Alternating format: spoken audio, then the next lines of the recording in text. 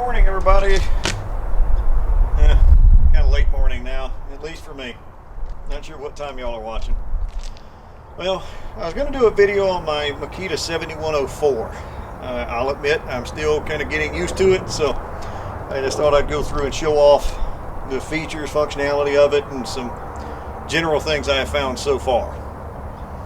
Now, one, you can see my older one was an older model. The previous video was a 7100B, older model with the blue cover instead of the yellow. This one's got nice pretty yellow on it if you like school buses. Similar chain and everything. As far as the chain design is the same as previous.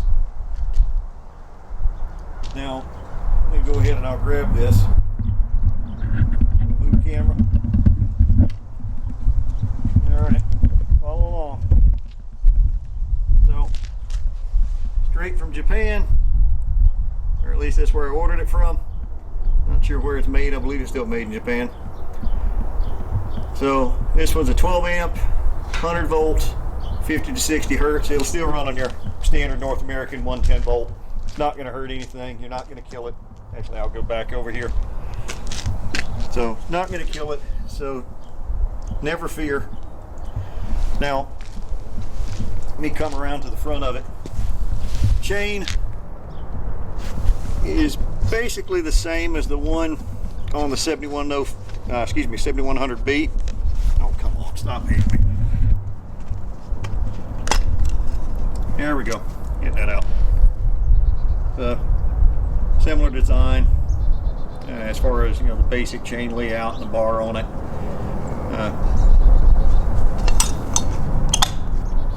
Get your depth gauge off to this side this time, so you can go through it again, set how deep you want to plunge cut. A little different on the clamping design. The clamp will clamp a little wider beam. Right here you got this. You can adjust what this is actually designed for. This screw, that's actually going to adjust where this sits at on that bar. So when you go through and you actually clamp this down, you can actually screw this over so that you adjust where your cut's at. So you can go through and make a cut, run that over, and then you can make a cut at a different place, at a different location on the beam. Whereas on the 7100, you actually had to kind of move it around. It wasn't as easy. You had the little lever I showed you off to the side that you could shift it, but it's not a very easy thing to utilize. You got a spring on the back as opposed to the other piece that I showed you before, where it had the foot clamp where you kind of press on it. It had, say, partial C-clamp on it, and it would add a little extra squeeze or pressure to the beam itself, utilizing your foot to keep it in place. Weight on these is very similar. I'd say this one's slightly lighter. I haven't weighed it to compare, but they're pretty close. Now the key difference on this 7104 is this. So this right here is where you can actually tilt your cut. Let's see if I can do this. So now get it, you twist it. Let me show that again. So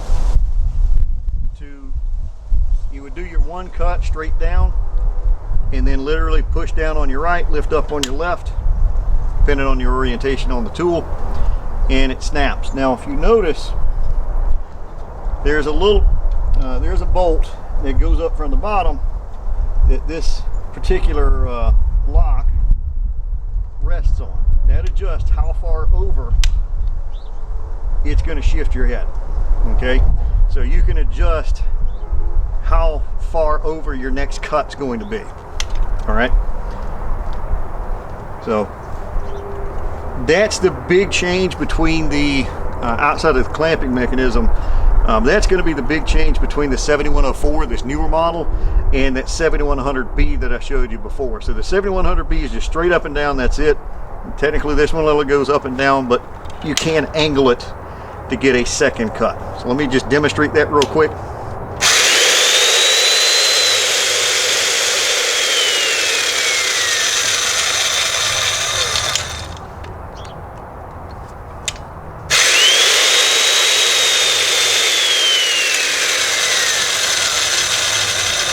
So as you see, I can get 2 widths of that chain in one position without repositioning my mortiser.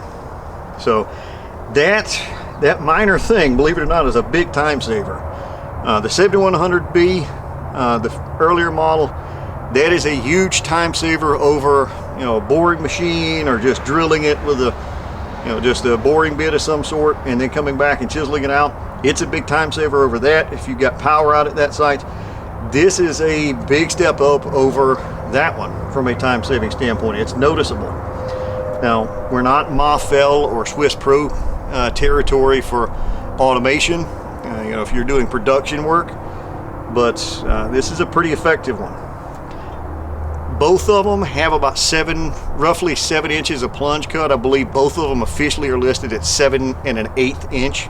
I've never gotten that 1/8 inch. But the other thing to point out here, if you see, let me move the tool, make sure my finger's not on the power button. You can see right here, these cuts. Obviously the very tip of it is a little bit deeper than the edges. So when they say 7 inches, they mean all the way to the tip. So that means that you're going to have a little bit of cup down at the bottom of your tendon there. There's a couple of easy ways to get that up. You could, again, obviously use a chisel to go in and clean it up. I'll try to demonstrate in a future video, but what I do is I literally plunge this all the way to the bottom, have it a little bit loose, and I just slide it into the cutting portion of the chain, and that'll pull up that that cup down at the bottom. So very handy tool. Again, you can adjust as far as how far over the tool shifts. Clamping mechanism is much better than the previous model. So you can go in, clamp it with that rod, and you can use this to adjust as well. I need to go in and lube this one up and grease it. They apparently have a lot of salt when they ship things overseas. Shockingly. But a little bit of rust on it when I got it, and I've just not had the time or taken the time to clean it up the way it needs to. But definitely a good tool. Outstanding. Runs on, again, North America 110 volt lines. Not going to kill it. These things are the motors are obviously designed with a working parameter, but they will accept outside of that because they're different locations, different power pull lengths, you know, meaning how far your drop cord is, etc. You're going to have different voltage drops and so on. So there's as far as some operating parameters that they'll still run in, usually plus or minus 10%. So don't worry about that. It's not going to affect the life of the tool. Also, you can run this off a gen set just fine. No issues. So thank you, and y'all have a good day.